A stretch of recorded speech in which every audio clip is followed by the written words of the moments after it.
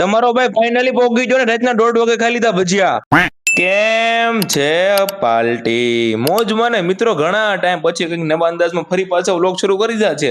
અત્યારે જઈ રહ્યા છે કંઈક બહાર ફરવા માટે. ક્યાં જઈ રહ્યા છે તમને બધાને ખ્યાલ તો હશે જ, કેમ કે ફોટા વિડીયો બધું આપણે અપલોડ કરી દીધું છે. આ બધા બસમાં બેઠા તવીના બિસ્તરા પોટલા આમથી આમ ને આમથી આમ આ બધાને પડતા મૂકીને આપણે 2 જણાની સીટ રોકીને બેસી જાય, કેમ કે એક સીટમાં હોવાની મજા આવે નહીં. પછી તો મિત્રો સાથે શરૂ ગાડી ઉધર લીધી એકાદી રીલ. જેનો જગત છોડે સાથ એનો ઠાકર ચાલે હાર જેનું હગું કોઈ ના એટલે રાતના વાગ્યા 1:30 ને પરાણે ખોલીને કુંભળના ભજીયા ખાવા બે જાય. કુંભળની બાજુમાં થયા પણ ના ભજીયા નો ખાધા, પણ જેતપુર આવીને કુંભળિયા ભજીયા ખાધા. બોલો લ્યો, વાહ વાહ. મિત્રો હવાર પડી કે 1.5 કલાક પેટ્રોલ પંપ ની લાઈન માં ઉભા રહે ને ત્યારે ડીઝલ પુરાવાનો વારો આવ્યો.